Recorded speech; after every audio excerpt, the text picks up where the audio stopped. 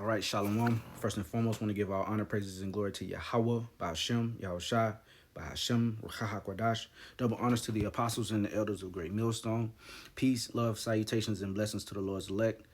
This is the brother Yeshaya, part of Men of Valor, South Carolina. And this lesson right here is going to be about the so-called TikTok ban. Now, in the chat, the elder Tazwan called it the other night, well, last night, I think, when it first happened. Basically, it might only last a day. Now, this was a beta test or a psyop. This is because ultimately their ultimate goal is to shut the internet down, because they have people so tied into this internet, into social media and all of these apps, that they really can't live without it. Okay, they set it up to where you get monetary gain from it. You can basically you can have a career on these apps. But they control the internet, they control the web, they control the whole grid system, and that grid system is going to be shut down pretty soon. So these people, like I said, I believe it was just a test run, or just to gauge how dependent these people are really on this social media. All right. Now I'm not gonna play this, but the woman you see at the bottom of the screen was asked or proposed a question by the Jake at the top of the screen, and asked, "Do you really need TikTok, or is TikTok really that important?" And the lady answered and said, yes, it is. I make my money off of it. Basically all media is controlled. So, she was set up to say this, but she says, yeah, I make my money off of it. I've built a community of friends that I am dependent on off of it. So she's very well invested in TikTok, as, a lot of these people. And some people are invested in TikTok and don't even get monetary gain off of it. Okay, they just watch the clips and do the stupid little dances and all that shit, man. Like, I don't have a TikTok, I don't have an Instagram personally. I don't even have a Facebook. So, to each his own, because brothers search TikTok and make beautiful lessons off of it. But to me, that's not my cup of tea. But anyway, going forward, I'm going to read a little bit of this article. I'm going to get the scriptures. TikTok appears to be coming back online just hours after President-elect Donald Trump pledged Sunday that he would sign an executive order Monday that aims to restore the banned app. Around 12 hours after first shutting itself down, U.S. users began to have access to TikTok on a web browser and in the app, although the page still showed a warning about the shutdown. The whiplash move to bring the app back comes after TikTok became unusable for Americans late Saturday night. Users who tried to open the app at the time were met with a message saying it was offline and asking users to stay tuned. A law banning TikTok has been enacted in the U.S. Unfortunately, that means you can't use TikTok for now. TikTok's message read in part. The app was also unavailable on the app and Google Play stores, along with the Lemon 8 and CapCut, which are also owned by TikTok's China-based parent company ByteDance. TikTok's restoration will be welcome news for the app's 170 million American users. Wow. Many of whom use the app for hours every day to find news, entertainment, and community, just like the lady said, and in some cases to make a living after weeks of uncertainty. So yeah, these people really are invested in TikTok emotionally, financially, pretty much spiritually, man. Because when you look at how these people are reacting to the so-called TikTok ban, and it was only one day, man, people were going crazy, man. All right, long-term fix. Yeah, they're gonna long-term fix your ass. All right, or putting something in you. But without further ado, let's get these scriptures. This is the book of First John, chapter. Let me see. What did I want? First John chapter 2 and around verse 15. Love not the world, neither the things that are in the world. If any man love the world, the love of the Father is not in him. So this love of TikTok, this love of all of these worldly things really don't serve a purpose, man. Okay, our first love and our true love is these scriptures, the wisdom, knowledge, and understanding of Yahweh B'Shem Yahushua. Okay, through the Ruach HaKodesh. Not a TikTok. You got people really crying literal tears because they can't access a damn app that the Chinaman made, or the Chinese. It's really crazy, and it's really it really doesn't make any sense to me, but it's not for me to understand. So it is what it is. Verse 16, for all that is in the world, the lust of the flesh and the lust of the eyes and the pride of life is not of the Father, but is of the world. So this love for TikTok, this love for all of these apps, this love for, anything that doesn't breed salvation or doesn't bring salvation or isn't conducive to pleasing Yahweh Bashem Yahweh Shai is really dead, man. And the world passeth away and the lust thereof. But he that doeth the will of Yahweh Bashem Yahweh Shai abideth forever. All right, and that's us, Lord willing, man. Okay, we're doing the will of Yahweh Bashem Yahweh Shai, not the will of Satan. 1 John 4:5, they are of the world. Therefore, speak they of the world, and the world heareth them. We are of Yahweh Bashem Yahweh Shai. He that knoweth the Most High heareth us. He that is not of Yahweh Bashem Yahweh Shai heareth not us. Hereby know we the spirit of truth and the spirit of error. So, yeah, man, the Lord has set us up and gave us the eye salve to really know the things, because the scriptures say, blessed are we because we know the things that are pleasing to Yahweh Bashem Yahweh Shai.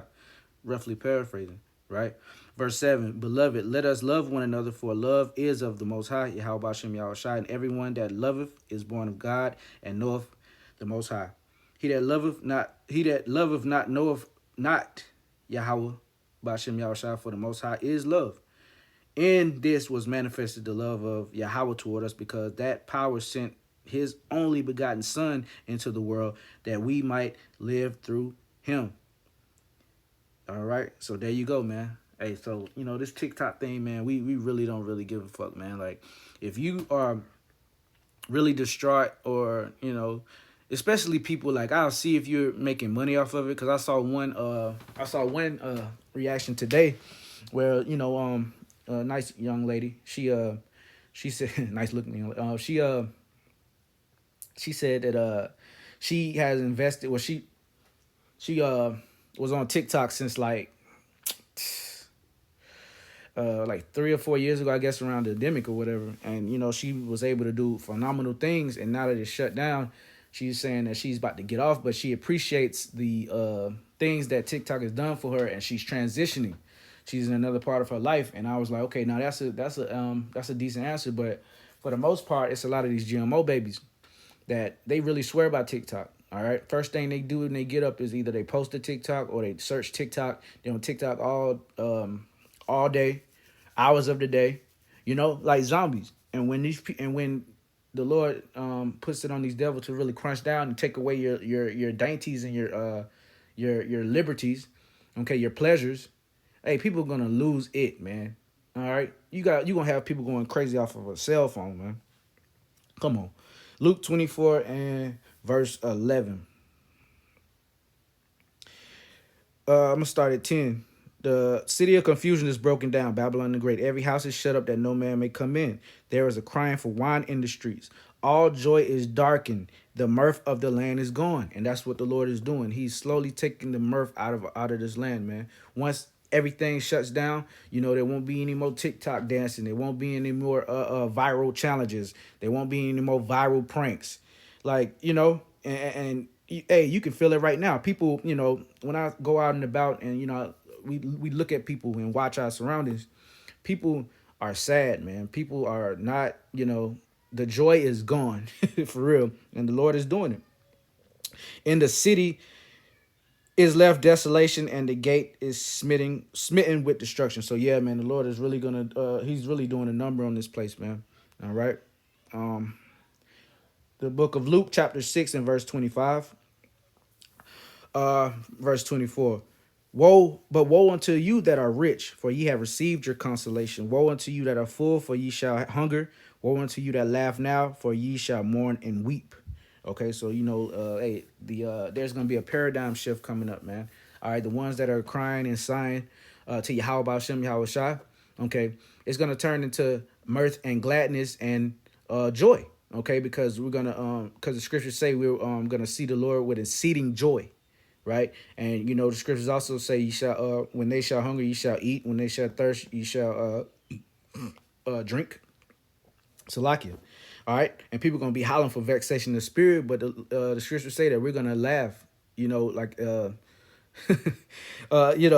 maniacal laugh, like a uncontrollable laugh when everybody is losing their mind and like literally losing their mind to the point where it's like they can't formulate a normal thought anymore. They're just out of their wits, literally, right?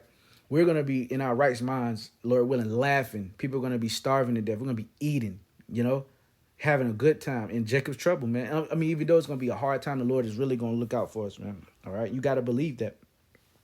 You gotta believe it, man. Verse 27. Salaki, woe unto you when all men shall speak well of you, for so did their fathers to the false prophets. But I say unto you which hear, love your enemies, do good to them which hate you. All right, and let's talk about Israelites. But anyway, cause eat, you know, easily. All right, the Lord can just shut this thing down. All right, and that's when the famine of the word is gonna come in. Okay.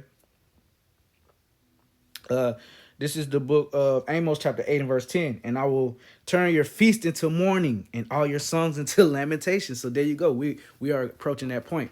Okay. Your liberties, and your pleasures are slowly being taken away, man. All right. All right. Praise ye Yahweh Bashem Yahweh. Verse 10. And I will turn your feast into mourning and all your songs into lamentation, and I will bring up sackcloth upon all loins and baldness upon every head, and I will make it as the morning of an only son, and the end thereof as a bitter day. Behold, the days come, saith the Lord Yahweh, Ba'ashem Yahushua, that I will send a famine in the land, not a famine of bread, nor a thirst for water, but of hearing the words of Yahweh, Ba'ashem Yahushua. So the internet is doing the heavy lifting right now, and the satellites are carrying the frequencies, the signals to the four corners of the earth, because the scriptures say, when this gospel shall be preached in the four corners of the earth, the four ends of the earth, then shall the end come, right? And that's where we're at. Verse 12, and they shall wander from sea to sea, and from the north even to the east. They shall run to and fro to seek the word of the Lord, and shall not find it. In that day shall the fair virgins and young men faint for thirst. Woo! Not only for this living water, but it's going to be a literal, actual famine as well. Okay, the scriptures talk about famine and pestilences, teeth of wild beasts, the sword, right? The four major types of death, right?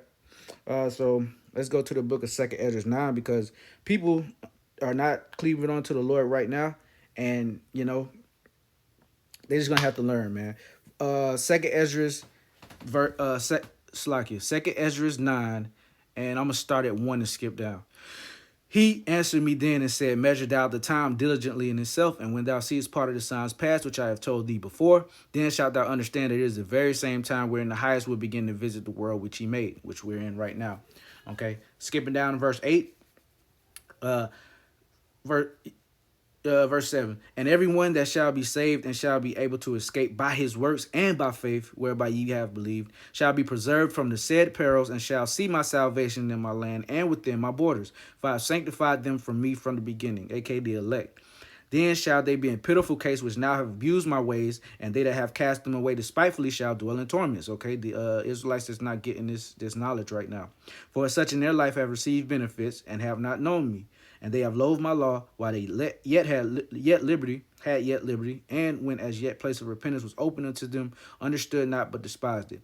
The same must know it after death by pain. So there you go. Okay. Hey, the Lord, while repentance was open, okay, and while the Lord may be found, hey, these people, they took it for granted. Okay, but hey, that's gonna be to their detriment. All right. That's gonna be to their destruction, right? And it's the last one, Matthew 25, because, once the Lord takes the mercy from this earth and closes the spiritual ark, aka, closes the doors of mercy and grace, which we're in right now. A lot of people are not taking advantage of it. Once that's closed, then there is no, please, I'm sorry, what's the name, what's this and that, please tell us.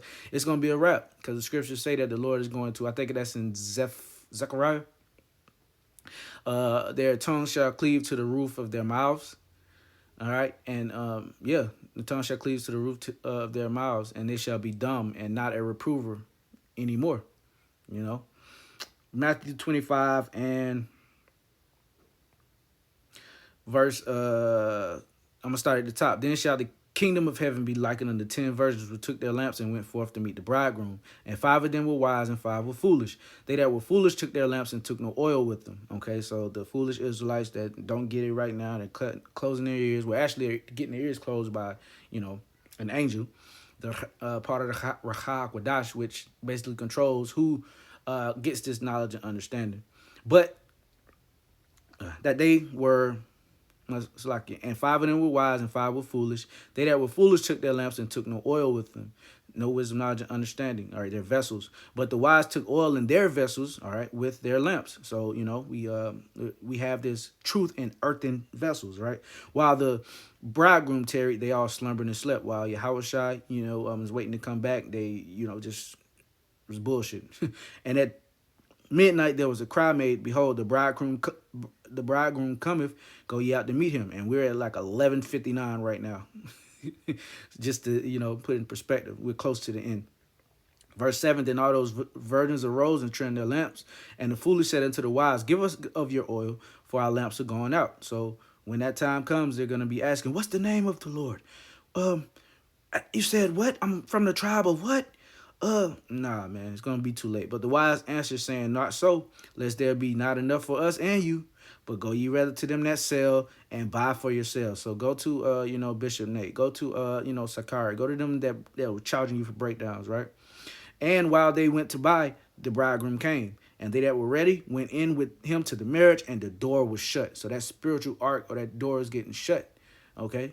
And when it does happen, the Lord's going to put a very cold spirit on his elect, on his men, to not be a reprover. Okay, and that can come in different forms. That can come in not saying nothing and being literally like dumb, or trying to explain yourself and not being able to, because the Lord doesn't want them to get it. Or it can come in the form of violence. All right, you might, the Lord might put the spirit on you because He's angry that His people not getting. He might put a spirit on you to extract judgment on someone that's trying to beg you, or tugging on your garment in Jacob's trouble while you trying to get away. The Lord is the master director. So however His movie is gonna get played out, it's gonna be amazing. And Lord willing, we're on the protagonist side of it and not the antagonist, right? So that's it. Lord willing, it was edifying. I want to give all honor, praises, and glory to Yahweh, Bahashem, Yahushua, Bahashem, Ruach Double honors to the apostles and the elders of Great Millstone, and peace, love, salutations, and blessings to the Lord's elect. And until next time, shalom.